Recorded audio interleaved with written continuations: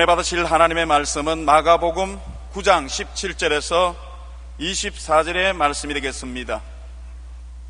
마가복음 9장 17절로 24절을 다 같이 합독하시겠습니다. 무리 중에 하나가 대답하되 선생님, 말 못하게 귀신 들린 내 아들을 선생님께 데려왔나이다. 귀신이 어디서든지 그를 잡으면 거꾸러져 거품을 흘리며 이를 갈며 그리고 파리해지는지라. 내가 선생님의 제자들에게 내쫓아달라 하였으나 그들이 능히 하지 못하더이다.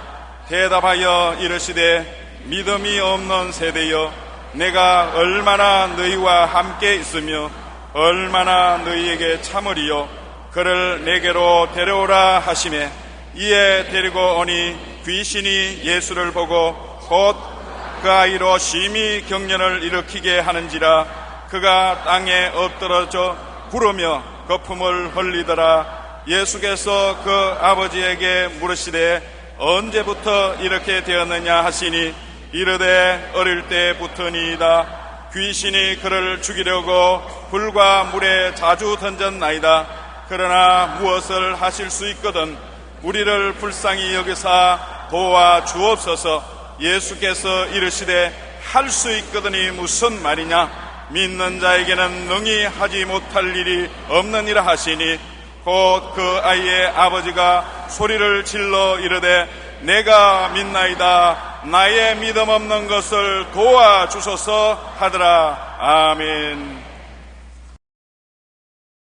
오늘 저는 여러분과 함께 믿으려고 해도 안 믿어질 때 어떻게 하느냐, 그 말씀을 가지고 은혜를 나누겠습니다. 성도들에게 믿음이란 굉장한 수수께끼입니다. 어떤 때는 확실히 믿어지고 할렐루야 이제 믿음에 도착했다고 생각하는데, 또 다른 때는 의심의 파도에 휩쓸려 심한 마음에 갈등을 느낄 때가 있습니다. 믿음의 갈등은 모든 사람들이 체험하는 것입니다. 더구나 염려, 근심, 고통이 다가올 때 그것을 해결하기 위해서 주님께 기도할 때 응답받은 것 같기도 하고 응답 안 받은 것 같기도 하고 하나님이 도와주실 것 같기도 하고 안 도와주실 것 같기도 하고 알쏭달쏭한 가운데 마음의 갈등을 느끼는 것입니다. 제가 서대문에서 목회할 때 금요 철학기도 때 모 대학교 대학생 한 사람이 안수기도 할 때 기도를 받았습니다. 예수 이름으로 병고침을 받아라. 아멘. 그리고 나은 사람 간증하니까 일어나서 나는 위궤양으로 불치의 병으로 고생을 하고 있는데 오늘 예배에 와서 기도를 받고 나았습니다. 그러면 아이고 안 믿어지네. 평생의 그 대학생의 부르짖음이 내 마음속에 충격으로 남아 있습니다. 정말 얼마나 솔직합니까? 꼭 나아야 되겠는데 나았다고 믿으라니까 안 믿을 도리는 없고 믿기는 믿습니다고 했는데 의심이 들어와서 안 믿어지니까 아이고 안 믿어지네. 그게 우리 모든 사람들의 절박한 고백인 것입니다. 믿어지는 것 같기도 하고 안 믿어지는 것 같기도 하니 믿습니다. 아이고 안 믿어지네.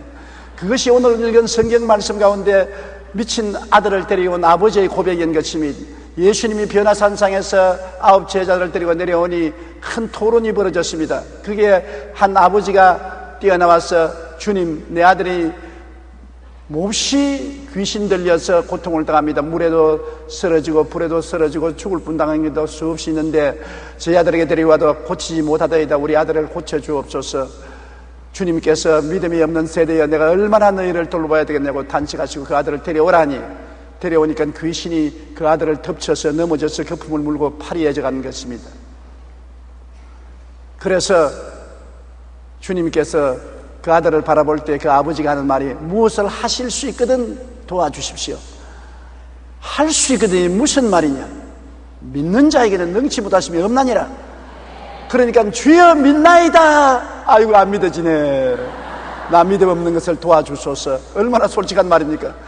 절박하지요. 아들이 귀신 들려서 파리해져 가는데 낫긴 나아야 되겠는데 주님이 믿는 자에게는 능치 못하심이 없다고 했으니 큰 부담 아닙니까? 믿기는 믿어야 되는 주여 내가 믿나이다. 아이고 믿음 없는 것을 도와주옵소서. 이러한 절박한 체험을 우리도 하게 되는 것입니다. 우리가 하나님께 나와서 믿으려고 할 때 마음에 안 믿어지면 어떻게 해야 될까요?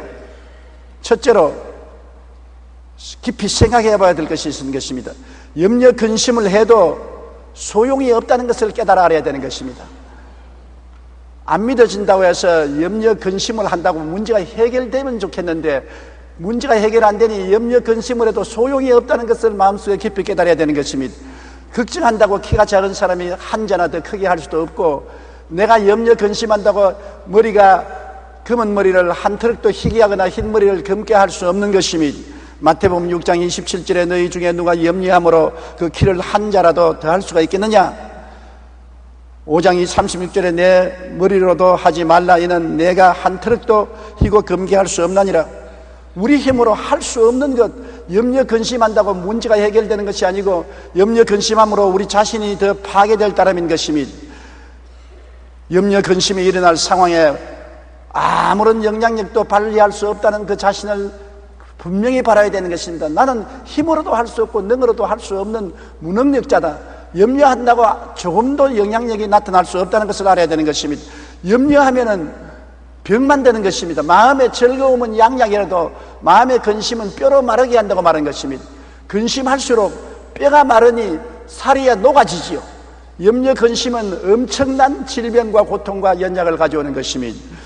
고린도후서 7장 10절에도 세상 근심은 사망을 이룬다고 하는 것입니다. 근심을 하면은 영육간에 사망이 다가와요. 뼈도 마르고 살도 녹고 사망이 다가오는 것이 염려 근심이기 때문에 이것은 일도 해결되지 아니하고 반대로 사망이 다가오고 뼈가 마르고 살이 녹는 고통이 다가오기 때문에 우리가 염려 근심은 절도로 하지 말고 이것은 하나님 앞에 내어 맡겨야 되는 것입니다. 주님께서 말씀하기를 수고하고 무거운 짐진 자들아 다 내게로 오라. 내가 너희를 쉬게 하겠다. 우리 인생을 살면서 염려 근심이 안 다가올 수는 없지요. 다가오는 것입니다. 염려 근심이 다가올 때 누구에게 맡겨야 되는 것입니다. 짐이니까요. 무거운 짐을 맡겨야 돼요. 내가 요사이 젊은이들 보면 우리 시대와 다릅니다. 우리 시대에는 짐이 있으면 마누라에게 다 맡겨버립니다. 마누라가 머리에 이고 손에 들고 남자는 더 포켓에 손 넣고 따라오던데, 요 사이는 마누라가 전부 짐을 남자에게 맡겨서 남자가 땀을 뻘뻘 흘리면서 양손에 짐을 쥐고 어깨에 걸머쥐고 오는데 여자는 쌍선 쓰고 척척척척 따라옵니다. 친정 어머니는 보고 사위 잘 쫓다 좋다 내 사위 잘한다니, 시어머니는 저런 애써서 공부시키고 장가만 했더니 마누라 위해서 저런 노동을 하고 일하고 아이고 답답해라 그런 시대가 와 있는 것입니다. 짐을 내가 다 짊어지면 힘이 들기 때문에 남이 맡겨줄 수 있으면 남이 맡으면 좋지 않습니까? 근데 우리 짐을 누가 져주시는 것입니까? 하나님의 아들 예수님께서 너희 짐을 내게로 다 가져오너라 내가 맡아주마. 그러니 예수 믿는 사람이 얼마나 팔자가 늘어졌습니까? 우리의 크고 적은 짐을 맡아주겠다는 분이 계신데 짐을 다 사양하는데 예수님은 맡아줄 터이니 내게 와서 맡기라고 하는 것입니다. 그러므로 주님께 엎드려서 1시간이고 2시간이고 주님 맡기십니다. 맡아주옵소서 맡아주옵소서 맡아주옵소서. 내 마음속에 평안이 올 때까지 자꾸 주님께 맡겨요. 자꾸 맡겨요. 복잡한 말 하지 마십시오. 주여 나는 못 집니다. 맡아주시옵소서. 내 힘으로는 할 수 없습니다. 맡아주시옵소서. 나는 조금 더 변화시킬 수 없습니다. 맡아주시옵소서. 그렇게 하면 나중에 마음에 평안이 오고 주님께서 짐을 맡아주는 것입니다. 일석이 이희성 선생의 딸깍바리 선비의 일생이라는 책에 그는 90평생의 삶을 기록한 책이 있습니다. 이 책을 보면 그가 자손들에게 입버릇처럼 강조한 삶의 유산으로 아무리 해도 소용없는 걱정은 하지 말라는 것입니다. 걱정도 팔자라고 말하면서 아무리 걱정해도 해결되지 않은 문제는 걱정하지 말라고 말하고 있는 것입니다. 우리는 수고하고 무거운 짐, 근심의 멍에를 걸머쥐고 사는데 이를 다 벗어버리고 살아야 되는 것입니다. 왜냐하면 예수님께서는 너희 내일 일을 염려하지 말라. 오늘 근심은 그날에 족하다고 말한 것입니다. 그렇기 때문에 염려 근심을 예수께 와서 맡겨야 될 일은 이판 저판 사판일 바에야 억지라도 믿어보는 게 좋습니다. 그렇지 않습니까? 걱정해도 해결이 안 되고 염려해도 해결 안 되고 그렇다고 해서 내가 걸머질 수도 없고 날 대신 걸머질 자도 없으니까 에라 주님께 맡겨버리자. 이 판 저 판 사판이다. 살려주면 살고 죽으면 죽으리다. 완전히 마음의 결단을 내리고 주님께 내 맡겨버려야 되는 것입니다. 베드로전서 5장 7절에 너희 염려를 다 주께 맡기라. 이는 그가 너를 돌보심이라고 하는 것입니다. 맡기면 돌보아 주겠다는 것입니다. 눈에 나무 정 안 보이고 귀에는 아무 소리 안 들리고 손에 잡히는 것 없어도 약속을 했지 않습니까? 주님의 약속은 눈에 보이고 귀에 들리고 마음에 깨달으시지 않습니까? 약속의 말씀 위에 염려 근심을 내어 맡길 수가 있는 것입니다. 빌립보 4장 6절로 7절에 아무것도 염려하지 말고 다만 모든 일에 기도와 간구로 너희 구할 것을 감사함으로 하나님께 아뢰라. 그리하면 모든 지각에 뛰어난 하나님의 평강이 그리스도 예수 안에서 너희 마음과 생각을 지키시리라. 보세요. 염려와 근심을 간절히 주님께 구하면 마음의 평안이 와서 마음의 생각과 모든 심사를 지켜주겠다는 것입니다. 평안이 올 때까지 기도해라. 맡아줄 자는 있다. 주님이 반드시 맡아준다. 진정으로 맡기느냐 안 맡기느냐를 주님 살피는 것이기 때문에 내가 간절히 기도해서 주님께 진정으로 맡기면 주님께서 맡아주고 그 대신 평안으로 우리 마음속을 채워주신다는 것입니다. 그렇기 때문에 예수 믿는 사람이 얼마나 큰 축복인지 말로 다 할 수가 없습니다. 잔 윌턴이라는 사람은 되는 대로 인생을 살아온 사람입니다. 어느 것 하나 오랫동안 집중하는 법이 없고 여기저기 기웃거리며 방랑 생활을 하고 거르지 생활을 했던 것입니다. 그러던 중에 그는 우연히 교회에 나가 설교를 듣다가 큰 감동을 받게 되었습니다. 누가복음 17장 6절에 겨자씨 하나일 만한 믿음이 있더라면 이 뽕나무들의 뿌리가 뽑혀 바다에 심기어라 하였을 것이요 그것이 너에게 순종하였으리라. 이 말씀을 듣고 그는 크게 감동했습니다.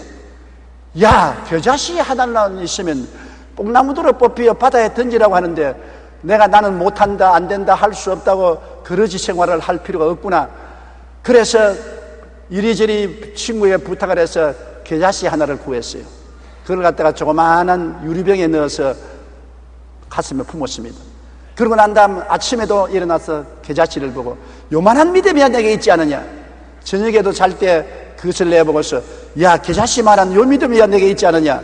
그래서 그는 그 겨자씨만한 믿음이 있다고 생각하고 난 다음에 할 수 있다, 하면 된다, 해보자고 하는 것입니다. 내가 아무리 믿음이 없더라도 요 겨자씨만한 믿음은 있지 않느냐. 그러니 할 수 있다, 하면 된다, 해보자. 그러고 사업을 시작한 것이 여러 가지 시련과 환란이 다가올 때마다 그 병을 내놓고 들여다보고 요만한 믿음이 있으니까 이 환란도 지나간다, 이 문제도 해결된다, 믿습니다. 그리고 오뚜기처럼 일어나곤 했습니다. 나중에 크게 성공해서 큰 부자가 되었어요. 영국 여왕의 자기까지 얻었습니다. 그리고 71세 은퇴하면서 그가 말한 길을 내가 오늘 이렇게 된 것은 어려울 때마다 겨자씨를 보고 나는 겨자씨만한 믿음이 있기 때문에 문제는 해결되고 하나님의 역사는 일어난다고 확신해서 모든 난관을 이기고 마음의 평안을 가지고 승리할 수 있었다고 말한 것입니다. 믿는 자에게는 능치 못하심이 없다고 말한 것입니다. 주님이 할 수 있거든요. 무슨 말이냐. 믿는 자에게는 능치 못하심이 없나니라. 그런데 여러분, 아이고 나는 믿음이 없습니다. 겨자씨를 보세요. 겨자씨 얼마나 적습니까? 나도 겨자씨 때문에 큰 위로를 받은 것은 서대문에 있을 때 중동에서 온 친구 한 사람이 겨자씨를 좀 갖다 주어서 너무나 겨자씨가 적기 때문에 내가 성도들에게 보여주려고 새벽 기도에 나가서 성경책 위에 펼쳐놓고 지나오면서 보라고 했는데 쭉 성도들이 줄을 서서 성경에 펼쳐놓은 겨자씨를 보는데 할머니 한 분이 가까이 와서 목사님 안 보이는데요. 가까이 와서 보니까 그래도 안 보이는데 여기는 막 이 바람에 다 날아가 버렸어요. 얼마나 마음에 화가 나는지. 왜 겨자씨 구경을 시키려는데 너무 가까이 와서 말 안 해서 바람에 다 날아가게 하느냐. 뒤에 사람들도 불평을 하는데 그때 성령이 내게 깨닫게 한 것입니다. 봐라, 할머니 입바람에도 날아가는 겨자씨가 얼마나 적으냐. 그만한 믿음만 있으면 오케이다. 무슨 태산 많은 믿음을 원하지 말아라. 겨자씨만한 믿음이 너가 가지고 있지 않느냐. 있는 것을 없다고 말하기 때문에 문제지, 있는 것을 있다고 말하면 너는 믿음이 있는 사람이다. 로마서 12장 4절에 따라 말씀해서 하나님이 각 사람에게 믿음을 분량대로 나누어 주셨으니, 그러므로 여러분은 믿음이 있는데 자꾸 없다고 생각하니까 그게 문제라고. 큰 믿음을 기대하지 마십시오. 주님이 언제 큰 믿음을 가지려 했는 것입니까? 겨자씨 하나만한 믿음은 가지려 했는 것입니다. 그 자신은 다 가지고 있는 그만한 믿음인 것입니다. 그것을 인정하고 내가 있다고 확신하고 일어나면 믿음으로 기도하고 하나님께 짐을 맡기고 긍정적이고 적극적으로 살아갈 수 있습니다. 여러분의 문제는 해결될 수 있는 것입니다. 여러분은 일을 해낼 수가 있습니다. 왜? 믿기 때문인 것입니다. 성경은 뭐라고 말합니까? 내 믿음대로 될지어다. 내가 믿고 있으면서 그대로 될 것인데 왜 환난을 당하면 믿음을 포기해버리고 마는 것입니까? 여러분은 믿음의 사람입니다. 옆에 있는 분들에게 당신은 믿음의 사람입니다. 그렇게 말씀하십시오. 그러니 우리를 너무 값싸게 취급하면 안 됩니다. 여러분은 값싼 존재가 아니에요. 믿음의 사람들인 것입니다. 여러분 앞에 태산이 물러가는 것입니다. 하나님의 기적이 일어나는 것입니다. 할 수 있거든요. 무슨 말이냐? 믿는 자에게는 능치 못하심이 없다고 하신 대로 능치 못하심이 없는 하나님의 은총이 여러분에게 주어진 것을 믿으시기 바랍니다. 둘째로 여러분이 마음의 배수진을 쳐야 되는 것입니다. 믿을 때 자꾸 뒤를 돌아보면 안 돼요. 강을 건넜으면 다리를 불태워버려야 되는 것입니다. 다시 돌아갈 수 없는 여러분 행보를 만들어야 되는 것입니다. 믿었으면 끝까지 믿고 나가야 돼요. 믿다가 안 되면 36개를 나을 수 있다. 믿다가 안 되면 도망치자. 이렇게 되면 하나님이 너 엉터리 믿음을 가졌다고 말하는 것입니다. 아예 살든지 죽든지 흥하든지 망하든지 믿습니다. 그렇게 마음의 각오를 해야 되는 것입니다. 다니엘서 3장 16절로 18절에는 사드락과 메삭과 아벳느고 이야기가 있습니다. 유다 청년들인데 바벨론에 가서 포로가 되어서 특별 교육을 받고 바벨론도의 지사들이 된 것입니다. 느부갓네살이 두로 광야에 자기 신상을 금으로 만들어 놓고 모든 문무객관으로 하여금 다 와서 제막식에 와서 절을 하라고 했는 것입니다. 그런데 사드락과 메삭과 아벳느고는 유대인이라 절하지 않았었습니다. 그 결과로 큰 환난에 처하게 된 것입니다. 고발을 당해서 느부갓네살 앞에 잡혀와서 그는 이렇게 대답한 것입니다. 사드락과 메삭과 아벳느고가 왕에게 대답하여 이르되 느부갓네살이여 우리가 이 일에 대하여 왕에게 대답할 필요가 없나이다. 왕이여 우리가 섬기는 하나님이 계신다면은 우리를 맹렬히 타는 풀무불 가운데서 능히 건져내시겠고 왕의 손에서도 건져내시리이다. 그렇게 아니하실지라도 왕이여 우리가 왕의 신들을 섬기지도 아니하고 왕이 세우신 금신상에 절하지도 아니할 줄 아옵소서.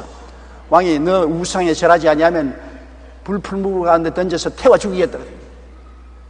왕이여 하나님이 살아 계신다면 아무리 우리를 불풀무 가운데 던져도 건져내기니와 안 그래 해줄지라도 우리는 우상에 절 안 하지 않겠다. 아유 배수진을 친 것입니다. 물론 하나님이 건져주실 줄 우리는 믿습니다. 안 건져주셔도 우리는 우상에 절하지 않습니다. 죽으면 죽으리다. 그러니까 느부갓네살이 화가 나서 불풀무불 가운데 사드락과 메삭과 아벳느고를 던져 넣었을 때 제 네 번째 사람 하나님의 아들이 나타나서 불의 세력을 멸하고 그들을 건져주신 것입니다. 이와 같은 믿음이 있으면 오늘날 또 하나님이 현장에 나타나시는 것입니다. 오늘날 사람들은 믿다가 안 되면 뒤로 도망치고 물러가기 때문에 하나님이 기뻐하지 않습니다. 성경에는 뒤로 물러가면 내 마음이 저를 기뻐하지 아니하려는 것입니다. 아예 물러갈 것을 하나님이 알고 계시기 때문에 너 물러갈 걸 알고 나를 시험하는구나. 그러면 내가 너를 기뻐하지 않으니까 너에게 역사하지 않겠다는 것입니다. 크거나 적거나 내가 한번 기도하면 죽더라도 믿겠습니다. 그와 같은 각오로 나가면 하나님이 책임져 주시는 것입니다. 성경에 보면은 에스더의 신앙 고백도 꼭 마찬가지인 것입니다. 파사 왕국에 있는 유대인들이 멸망을 당하게 된 것입니다. 하만이라는 국무총리가 유대인을 멸살하려고 할 때 유대인은 살아갈 길이 없습니다. 국무총리가 유대인을 멸망하기로 결정을 하고 왕의 허가를 받았으니 어떻게 하는 것입니까? 그런데 마침 그때 왕비가 에스더인데 에스더는 자기 신분을 감추었지만 유대인이었는 것입니다. 그러므로 그 민족을 위해서 하나님께 기도할 뿐 아니라 왕에게 가서 호소하라고 그 오라버니가 그에게 간청을 했습니다. 그러나 그 당시의 습관으로서는 왕이 부르지 않은데 왕궁에 들어가면은 참수형에 처한 것입니다. 아무리 왕의 아내라도 왕이 불러야 되지 부르지 않은데 왕의 집무실에 들어가면 참수를 당합니다. 그 에스더가 그 오라버니에게 말하기를 내가 사흘 동안 금식하고 기도하고 들어가겠습니다. 왕이 나를 용납하지 않냐고 죽이면 죽으리이다. 왕의 허락 없이 나는 죽으면 죽으리라는 각오로 들어가겠다. 그런 각오를 하고 뒤로 물러가지 않을 생각으로 들어가니까 왕이 앉아있는 보좌를 향해서 저 입구에 들어가서 에스더가 아주 화사한 웃음으로 웃으면서 왕을 쳐다보니까 왕이 간장이 녹도록 사랑스럽단 말입니다. 그러니까 홀을 싹 내밀었습니다. 왕이 잡고 있는 그 지팡이가 홀인데 홀을 내밀으면 그 홀을 만지면은 사형에 면하는 것입니다. 에스더가 가서 홀 지팡이를 잡았습니다. 왕이 에스더야 왜 왔는고? 네가 원하면 나라 반이라도 주겠노라. 이런 해결됐지 뭐. 그 에스더가 왕에게 사정을 말해가지고서 유대민족이 다 구출을 받은 적이 있는 것입니다. 죽으면 죽으리다는 각오로서 나갔기 때문에 그런 일이 일어났지, 나는 죽을까 겁이 나서 못하겠습니다 했으면 그런 역사는 일어나지 않은 것입니다. 사도 바울 선생이 복음을 전가할 때 어떻게 했습니까? 그는 온 소아시아를 복음화했는데 어떤 각오를 했냐? 망하면 망하겠다는 각오를 가지고 복음을 전한 것입니다. 빌립보서 1장 20절로 21절에 나의 간절한 기대와 소망을 따라 아무 일이든지 부끄러워하지 아니하고 지금도 전과 같이 온전히 담대하여 살든지 죽든지 내 몸에서 그리스도가 존귀하게 되려 하려니 이는 내게 사는 것이 그리스도니 죽는 것도 유익이라. 살아도 좋고 죽어도 좋다. 나는 일신을 생각하지 아니하고 복음을 전가한다.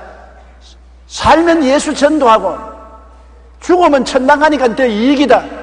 살면 전도요 죽으면 천국이라는 우리 최하실 목사님의 슬로건처럼 그와 같은 각오로서 바울 선생이 나왔기 때문에 천하가 그 앞에 뒤집혀진 것입니다. 자기 일신을 다 생각하고 자기의 생명의 안위를 생각하고 형편이 좋으면 나가고 형편이 나쁘면 뒤로 물러가겠다는 그러한 약삭빠른 생각으로서 나아갔더라면 세계는 복음화되지 못했을 것입니다. 살면 전도요 죽으면 천국이다. 살든지 죽든지 내 몸에서 그리스도가 영광을 받기를 원한다. 그와 같은 각오로 나가는 앞에 마귀가 한 길로 왔다가 7길로 도망을 칠 수밖에 없는 것입니다. 그러므로 우리도 하나님을 믿을 때 이와 같이 배수진을 치고 믿어야지, 그렇지 않고 약삭빠르게 좋을 때는 뛰어나가고 어려우면 뒤로 물러가서 도망치겠다, 그러한 생각을 하고서 기도하고 믿으니까 역사가 일어나지 않은 것입니다. 셋째로, 우리가 하나님을 믿을 때 말씀에 집중을 해야 되는 것입니다. 머리가 산만하면 아무것도 이루어지지 않는 것입니다. 집중을 해야 돼요. 우리가 할 수만 있으면 부정적인 것은 보지 말고 공포를 보지 말고 집중적으로 하나님의 말씀을 봐야 되는 것입니다. 군대에서 낙하산을 타는 훈련을 시킬 때 교관이 언제나 군인들 보고 말합니다. 밑을 내다보지 마라. 어지러워서 못 뛰어내린다. 먼 산을 바라보아라. 비행기 안에서 먼 산을 바라보고 뛰어내리면 되지, 밑을 내다보면 불안하고 공포해서 무릎이 떨려서 못 뛰어내린다고 하는 것입니다. 불안하고 공포가 오는 것을 보면 안 되는 것입니다.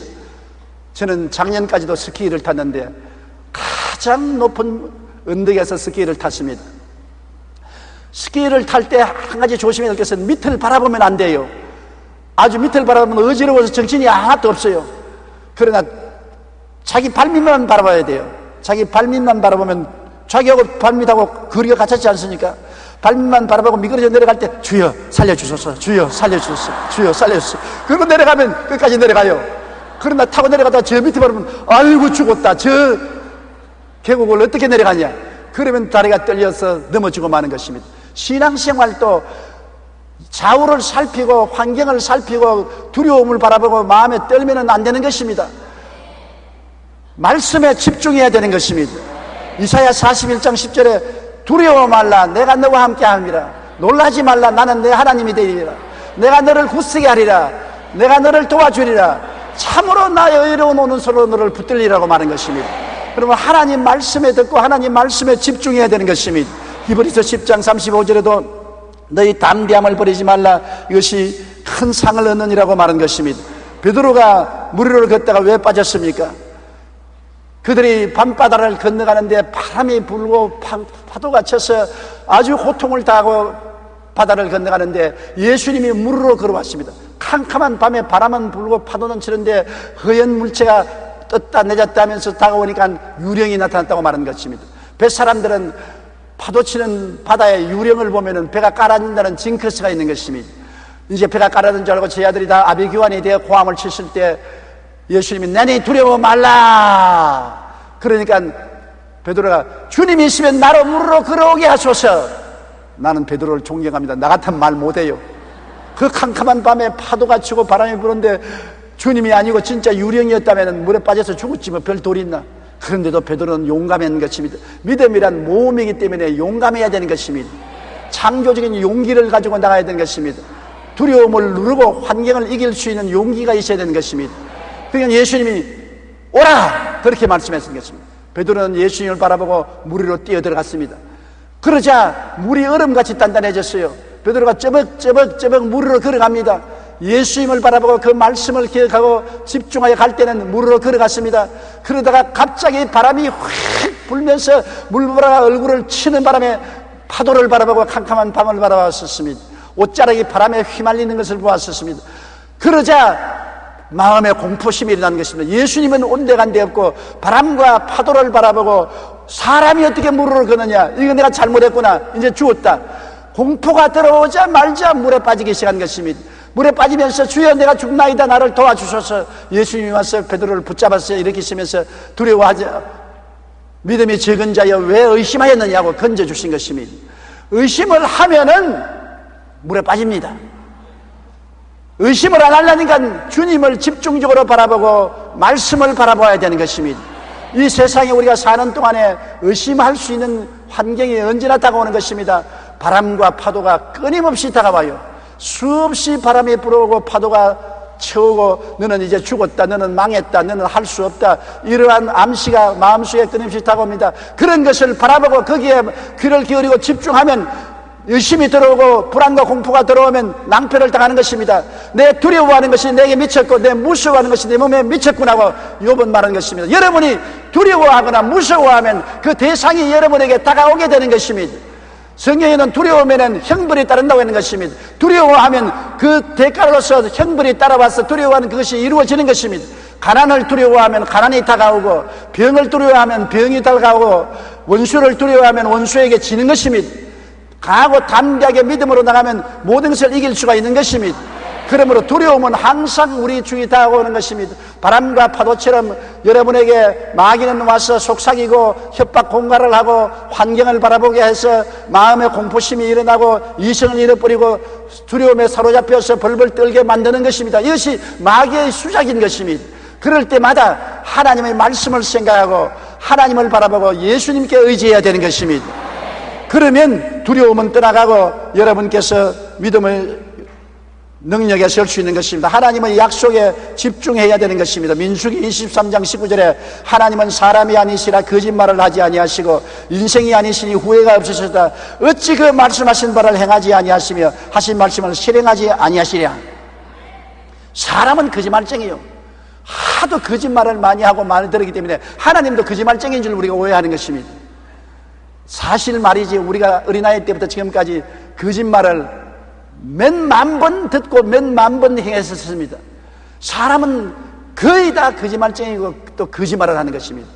그렇기 때문에 하나님을 믿고도 이거 거짓말하는 것이 하나님이 참말을 안 하는 것이지, 또 마귀가 와서 하나님 거짓말이다 믿지 말라 그렇게 꾀는 것입니다. 그러나 하나님은 인생이 아니신지라 거짓이 없으시고 인자가 아니신지라 시건치 아니하는 것입니다. 하나님은 참인 것입니다. 진리인 것입니다. 그러므로 하나님 말씀에 집중해야 되는 것입니다. 저 하늘이 무너지고 이 땅이 꺼져도 나 입에서 나오는 말은 1.1핵도 변하지 않는다고 말한 것입니다. 말씀을 우리가 받아들이고 묵상하고 말씀 위에 서야 되는 것입니다. 잠언서 4장 24절에 보면 언제나 말씀을 생각하라고 말한 것입니다. 지킬 만한 것보다 내 마음을 지켜라. 생명의 근원이 이에서 납니다. 마음을 어떻게 지키는 것입니까? 말씀을 생각하면서 마음을 지킬 수가 있는 것입니다. 말씀은 흔들리지 않는 것입니다. 말씀을 떠나면 여러분 마음이 흔들리는 것입니다. 그리고 항상 마음속에 꿈을 꾸십시오. 빌립보 2장 13절에 너희 안에서 행하시는 이는 하나님이시니 자기의 기쁘신 뜻을 위하여 너에게 소원을 두고 행하게 하시나니. 소원은 꿈으로 변화되는 것입니다. 집을 소원하면 집을 꿈꾸게 되고 바다에 가기를 소원하면 바다를 마음에 꿈꾸게 되고, 자동차를 사기를 원하면 자동차를 꿈꾸게 되는 것입니다. 마음에 항상 하나님의 약속의 말씀이 이루어진 것을 꿈꾸십시오. 하나님이 나를 붙들어 주시고 도와주시고 은혜 주신 것을 마음속에 꿈꾸는 것이 정말 하나님 말씀을 굳게 쓰는 것입니다. 에베소 3장 20절에 우리 가운데 역사하시는 능력대로 우리가 구하는 것이나 생각하는 모든 것에 넘치도록 능히하실 하나님이 우리와 같이 계신다고 말하고 있기 때문에 구하기나 생각하는 것보다 넘치도록 역사하는 것입니다. 말씀을 믿고 꿈을 꾸고 있으면 불가능이 가능으로 변화되는 것입니다. 아주 오래전에 릴리언 딕슨이라는 여인이 그의 남편과 함께 대만에 선교를 결정하고 미국을 떠났습니다.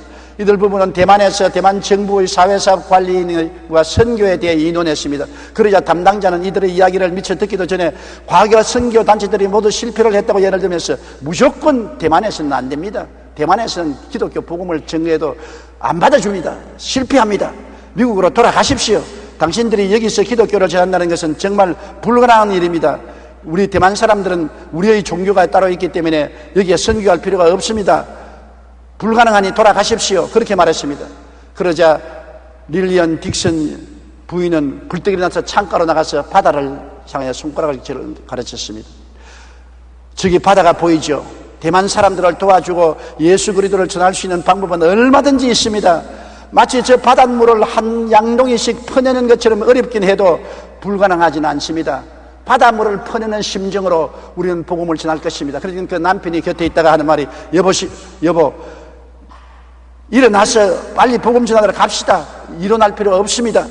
그들은 하나님이 보내셨다는 확신을 가지고 믿음과 꿈을 가졌습니다. 아무리 안 된다 해도 대만에 복음을 전가할 수 있다는 꿈을 가지고서 대만에서 50년 넘게 선교 사역을 했는데 학교와 병원, 교회 등을 5,000여 개나 짓게 된 것입니다.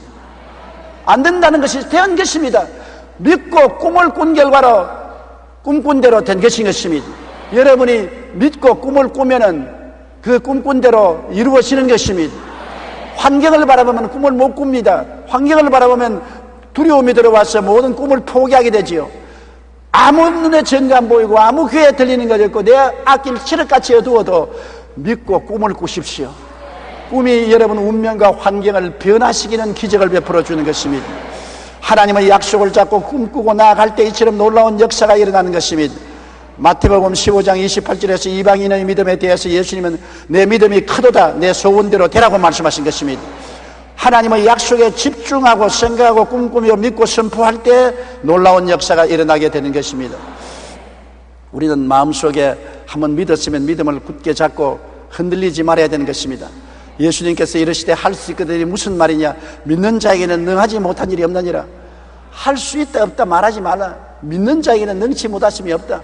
안 믿으니까 안 되지. 믿으면 된다는 것입니다.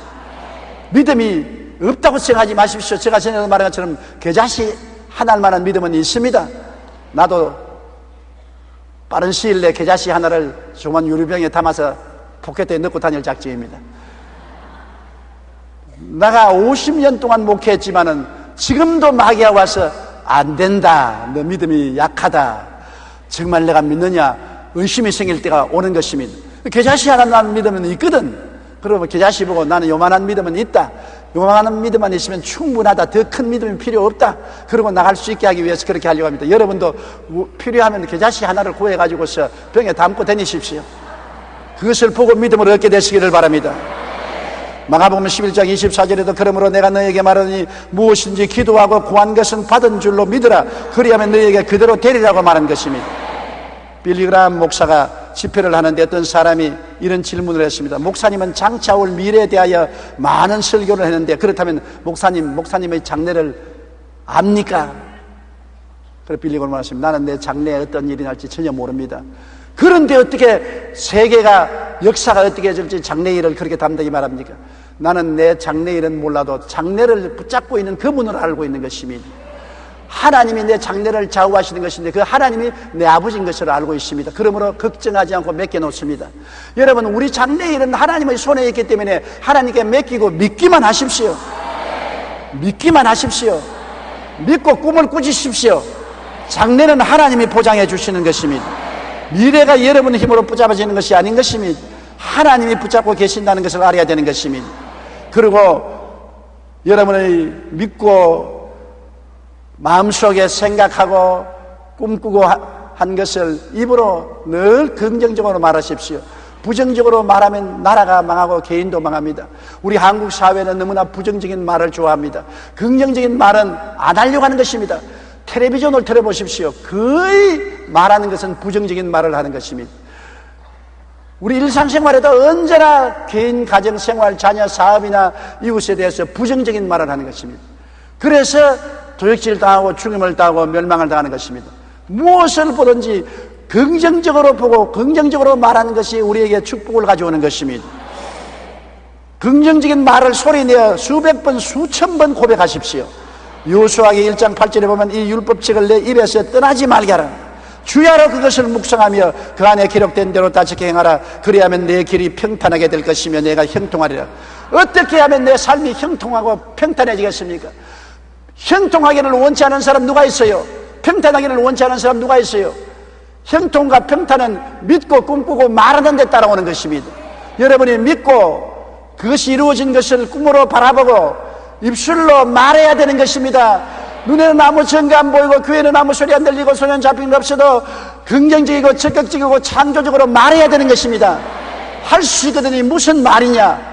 못한다고 말하면 안 된다는 것입니다. 믿는 자에게는 능치 못하시면 아니라 나는 된다, 나는 할 수 있다 하면 된다, 일은 이루어진다, 승리한다, 성공한다, 적극적으로 긍정적으로 말하는 여러분 되시기 바랍니다. 우리 한국 속담에도 울어보고 웃어보니 웃는 것이 낫더란 말이 있는 것입니다. 부정적인 말에서 좋을 거 뭐가 있습니까? 마귀에게 선수를 주어서 도적질하고 죽이고 멸망시키도록 만드는 것밖에 없지 않습니까? 긍정적인 말을 하면은 하나님의 성령이 그를 통해서 오셔서 어두움에서 빛을, 죽음에서 생명을, 무질서에서 질서를, 절망에서 소망을 주는 역사를 베풀어 주지 않는 것입니까? 할 수 있습니다. 변화가 오는 것입니다. 기적이 다가오게 되는 것입니다. 우리는 영혼이 잘 되고 범사에 잘 되며 강건하고 생명을 얻되 풍성히 얻게 됩니다. 환경이 아무리 어렵고 스산스러워도 그것은 환경에 불과한 것입니다. 우리는 환경을 따라 살지 않고 하나님과 함께 사는 것입니다. 환경이 우리를 도와주어서 사는 것이 아니라 하나님이 우리를 도와주어서 사는 것입니다. 환경의 손을 잡고 사는 것이 아니라 하나님의 손을 잡고 사는 것입니다. 환경은 바람이 불고 파도가 치지만은 바람을 맞받고도 파도 위를 걸어갈 수 있는 것은 하나님을 바라보고 하나님 말씀을 믿고 하나님의 은혜를 꿈꾸고 하나님의 말씀을 입술로 고백하고 나가면 여러분 생활 속에 놀라운 기적의 역사가 나타나게 되는 것입니다.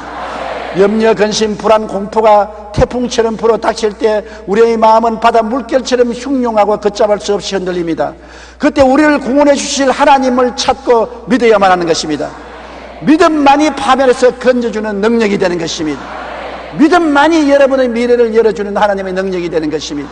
그리고 그 믿음은 예수를 믿을 때 하나님이 각 사람에게 선물로 주신 것입니다. 여러분은 모두 다 겨자씨만한 믿음은 가지고 있습니다. 그것이면 충분합니다. 그것이면 뽕나무도 뽑히어서 바다로 가고 태산도 물러가는 것입니다. 기적이 일어나는 것입니다. 하나님의 역사가 나타나게 되는 것입니다. 여러분은 패배자가 아닙니다. 물러갈 자가 아닙니다. 승리자여 영광을 성취할 하나님의 용사들인 것입니다. 여러분이 가지고 있는 겨자씨만한 믿음은 다윗의 손에 든 물맷돌인 것입니다. 골리앗이 아무리 키가 장대하고 노철갑 옷을 입고 노경갑을 하고 창이 배틀치만큼 커도 다윗의 물맷돌 하나에 꿰꾸러진 것입니다. 환경이 아무리 으시시하고 무서워도 물맷돌만한 겨자씨 믿음 앞에 꿰꾸러지는 것입니다. 따라 말씀하세요. 믿으면 됩니다. 나는 믿음을 가지고 있습니다. 믿습니다. 기도드리겠습니다. 하늘에 계신 우리 아버지 하나님이여, 염려, 근심, 불안, 공포가 쉬지 않고 우리에게 출렁거리고 다가오는 것입니다. 이를 대비할 수 있는 길은 하나님을 바라보고 믿는 길밖에 없는 것입니다. 믿음으로 염려, 근심, 불안, 공포의 파도를 물리치고 바람을 물리치고 그 위를 밟고서 건너가는 우리들이 되게 도와주시옵시고 빠져서 허덕이는 우리들이 되지 말게 하여 주시옵소서. 하나님이 우리를 흑암의 권세에서 건져내사 그 사랑의 아들 나라로 옮겨주신 것을 감사합니다. 구원받았습니다. 성령님 모시고 있습니다. 믿음을 가지고 있습니다. 말씀을 선물로 받았습니다. 믿습니다. 긍정적으로 생각합니다. 꿈꿉니다. 긍정적으로 말합니다. 우리를 붙들어 주시고 우리 안에 역사하여 주시고 기적을 일으켜 주시옵소서. 예수님 이름으로 기도드립니다. 아멘.